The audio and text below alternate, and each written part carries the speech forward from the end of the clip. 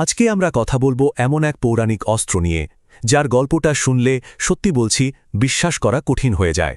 হ্যাঁ, আমরা জানব কিংবদন্তির সেই গান্ডীব ধনুকের রহস্য।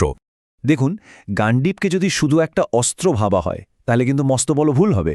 এটা আসলে এমন এক জিনিস যার কথা শুনে মনে হয় এটা তো সব যুক্তি, সব বিজ্ঞানকে হার মানিয়ে দেয়। ভাবুন তো, এমন একটা ধনুক যেটা থেকে একবারে ১০০টা তীর ছোড়া যেত কোনো রকম রিলোড করার ঝামেলা ছাড়াই। অবিশ্বাস্য লাগছে না? মানে এটা কিভাবে সম্ভব হতে পারে? আর এর পরের তথ্যটা তো আরও চমকে দেওয়ার মতো। মহাভারতে কি বলা আছে জানেন? বলা আছে গান্ডীবের ওজন ছিল ১,০০০ কেজি। ১,০০০! একজন সাধারণ মানুষের পক্ষে তো এটা নড়ানোই সম্ভব না, ছোঁয়া তো দূরের কথা। কিন্তু এখানেই তো আসল টুইস্টটা। এত ভারী একটা জিনিস, অথচ অর্জুনের হাতে এটা ছিল নাকি একেবারে তুলোর মতো হালকা, মানে পালকের মতো। তাহলে এই যে একটা অদ্ভুত বৈপরীত্য, এর কারণটা কি? তাহলে এই অসম্ভব ব্যাপারটার উত্তরটা কোথায়? এর রহস্যটা আসলে লুকিয়ে আছে গান্ডীবের উৎসের মধ্যে। চলুন সেই গল্পটাই শোনা যাক। আসলে কি, গান্ডীব কোনো সাধারণ অস্ত্র ছিলই না। এটাকে বলা হয় দিব্য অস্ত্র, মানে যার উৎস আর ক্ষমতা দুটোই অলৌকিক, যা আমাদের চেনা জগতের নিয়মকানুনের অনেক ঊর্ধ্বে। আর এটাই এর সমস্ত ক্ষমতার আসল চাবিকাঠি। আর এর উৎসটা কি? বলা হয় এই ধনুকটি স্বয়ং অগ্নিদেবের কাছ থেকে পাওয়া একটা উপহার ছিল। ভাবুন একবার, এর স্রষ্টা কোনো মানুষ নন, স্বয়ং এক দেবতা। যেহেতু এর উৎসটা যে দিব্য সেটা তো আমরা বুঝলাম। এখন চলুন গান্ডীবের সেই অবিশ্বাস্য ক্ষমতাগুলো এক এক করে দেখে নেওয়া যাক। এর দুটো বৈশিষ্ট্য তো এক কথায় অসাধারণ। প্রথমটা হলো এর ছিলা, মানে ধনুকের যে দড়িটা, সেটা নাকি কোনোদিনও ছিঁড়ত না। আর দ্বিতীয়টা আরও অদ্ভুত, তীর নিজে থেকেই আবার তুনিরে ফিরে আসত, মানে অটোমেটিক রিলোডিং সিস্টেম।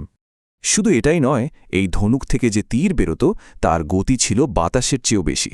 এর স্পিডটা কল্পনাও করা কঠিন। ৫০০রও বেশি। কিন্তু এই সংখ্যাটা আসলে কিসের? এটা হলো কুরুক্ষেত্রের যুদ্ধে অর্জুন ১ মিনিটে যতগুলো তীর ছুটতে পারতেন তার সংখ্যা। ১ মিনিটে ৫০০রও বেশি তীর। একবার শুধু ভাবুন, যুদ্ধক্ষেত্রে এই অস্ত্রটা কতটা বিধ্বংসী হতে পারত।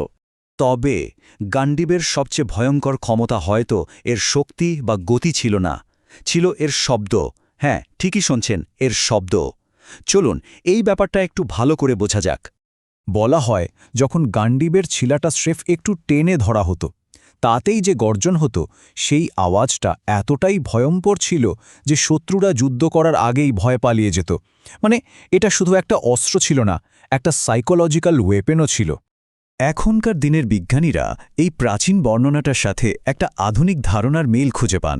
সেটা হলো সনিক বুম। মানে এমন হতে পারে যে ধনুকের ছিলা বা তীরটা শব্দের চেয়েও দ্রুতগতিতে চলত, আর তাতেই এই প্রচণ্ড শব্দ তৈরি হতো।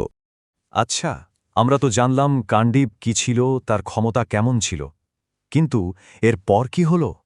চলুন এবার সেই রহস্যের দিকে যাই যার সমাধান আজও হয়নি। সবচেয়ে বড় যে প্রশ্নটা আমাদের সবার মনে আসে সেটা হলো, মহাভারতের যুদ্ধের পর গান্ডীবটা গেল কোথায়? কি হলো এই অলৌকিক ধনুকটার? আর এই প্রশ্নটাই আরও বড় হয়ে যায় যখন আমরা ভাবি, সেই পৌরাণিক অস্ত্রটা কি আজও কোথাও আছে? ওর অস্তিত্ব কি আজও থাকতে পারে? শেষ পর্যন্ত পুরো আলোচনাটা আমাদের একটা মূল প্রশ্নের সামনে দাঁড় করিয়ে দেয়। গান্ডীব কি আসলে কোনো অসম্ভব উন্নত প্রাচীন প্রযুক্তি ছিল, যা আমরা আজকের বিজ্ঞান দিয়ে ঠিক বুঝে উঠতে পারছি না? নাকি এটা সত্যি ছিল দেবতাদের দেওয়া এক অলৌকিক দৈব শক্তি?